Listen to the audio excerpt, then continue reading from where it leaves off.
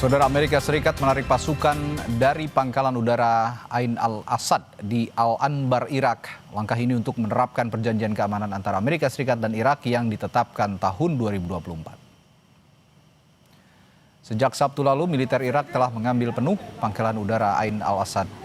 Kepala Staf Angkatan Darat Irak, Abdel Amir Rashid Yarallah, berkeliling mengarahkan personil militer serta memantau kesiapan fasilitas operasional di pangkalan udara tersebut.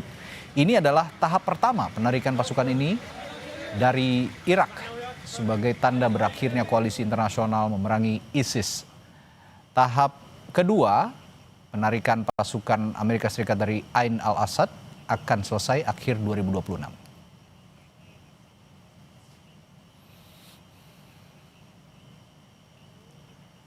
Ain al-Assad adalah salah satu pangkalan udara terbesar di Irak. Sebelumnya fasilitas ini jadi markas besar Amerika Serikat bersama koalisi internasional yang beroperasi di Irak Barat. Militer AS telah menempati pangkalan udara ini selama lebih dari 2 dekade. Selama itu pula pasukan AS kerap diserang Iran dan pendukungnya.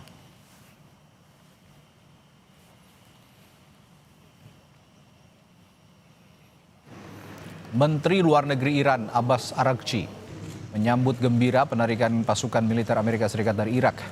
Araghchi menyatakan ini jadi langkah terang Irak akhirnya meraih kedaulatan politik penuh dan jadi langkah awal untuk mendukung keamanan kawasan.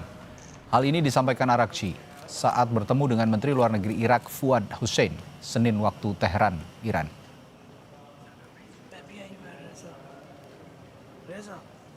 مأموریت یونامی در عراق و تخلیه پایگاه عین الاسد از نیروهای نظامی آمریکا و تحویل این پایگاه به نیروهای عراقی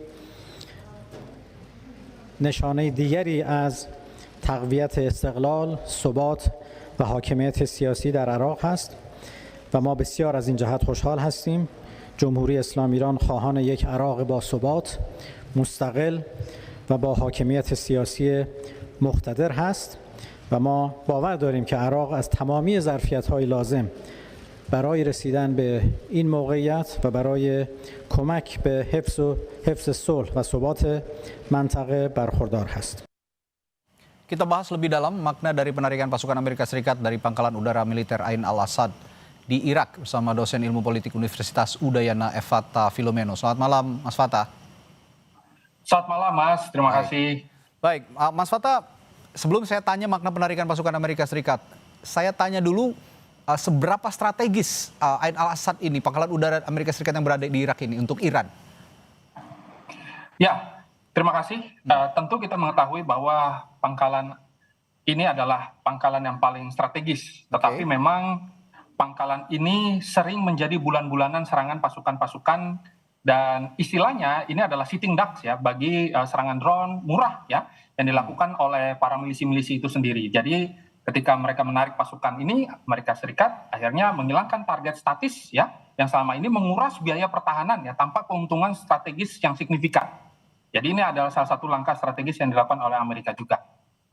Oke, tadi Menteri Luar Negeri Iran Abbas Araghchi menyambut gembira penarikan pasukan militer Amerika Serikat dari Irak ini. Nah, ini menurut dia klaimnya ini jadi langkah terang Irak akhirnya meraih kedaulatan politik penuh dan jadi langkah awal untuk mendukung keamanan di kawasan. Apakah artinya seperti itu penarikan pasukan dari Ain al-Assad ini? Ya, pertama memang Amerika Serikat itu membiarkan Iran untuk mengextend horizon mereka sehingga mereka harus mengeluarkan biaya yang cukup signifikan untuk menjaga Irak.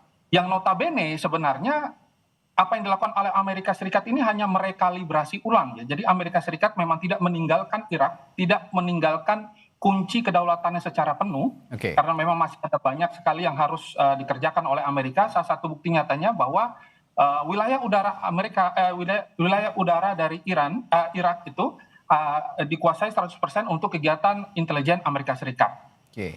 Oke. Nah, saya juga akan tanyakan soal dampak terhadap ketegangan Amerika Serikat dan Iran belakangan. Kita ketahui Iran dilanda konflik internal, ada demonstrasi besar-besaran yang bahkan menewaskan ratusan warganya begitu ya, dan ini dituding oleh Iran merupakan tanggung jawab Amerika Serikat dengan propagandanya. Lalu Anda melihat dampak terhadap ketegangan AS dan Iran ini bagaimana belakangan ini? Ya, dampak ketegangan keduanya memang perlu kita sama-sama lihat ya, bahwa apa yang dilakukan oleh Amerika Serikat tentu sebenarnya bisa juga menjadi salah satu opsi serangan udara besar-besaran yang dilakukan oleh Amerika Serikat. Kita bisa melihat bahwa dalam doktrin pertahanan Amerika Serikat, mereka sudah tidak lagi menggunakan pendudukan pasukan. Jadi mereka sudah menggunakan informational warfare atau electronic warfare. Jadi mereka tidak mesti harus berada di kondisi tersebut untuk menduduki satu wilayah.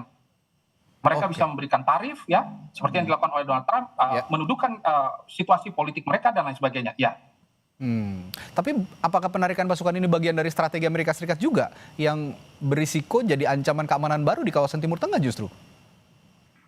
Ya, tentu sebenarnya kita harus melihat dari sisi yang sedikit skeptis ya, bahwa apa yang terjadi hari ini selain untuk menyelamatkan kedaulatan politik dari Irak itu sendiri, sebenarnya Amerika Serikat sudah mengetahui dari jauh-jauh hari bahwa pivot-pivot strategis hari ini kan memang ke arah-arah wilayah Iran secara langsung gitu, dan juga Tiongkok menjadi ancaman. Maka Irak yang selama ini dijaga dengan keluarnya biaya yang sangat besar, Amerika itu bisa melakukan penghematan kurang lebih sekitar 300-an triliun gitu. Jadi ini adalah salah satu langkah yang memang sudah dipikirkan oleh beberapa presiden sebelumnya. Iya, apalagi kalau kata American way, there's no free lunch katanya kalau kata Donald Trump. Mungkin saja ada strategi baru yang sedang disusun Amerika Serikat, terlebih belakangan Amerika Serikat meminta warga negaranya untuk keluar dari Timur Tengah dan sekarang pasukan militernya. Baik, terima kasih analisisnya dosen dari Universitas Udayana yang sudah berbagi perspektifnya di Sapa Indonesia Malam, Evata Filomeno. Selamat malam, sampai jumpa Pak.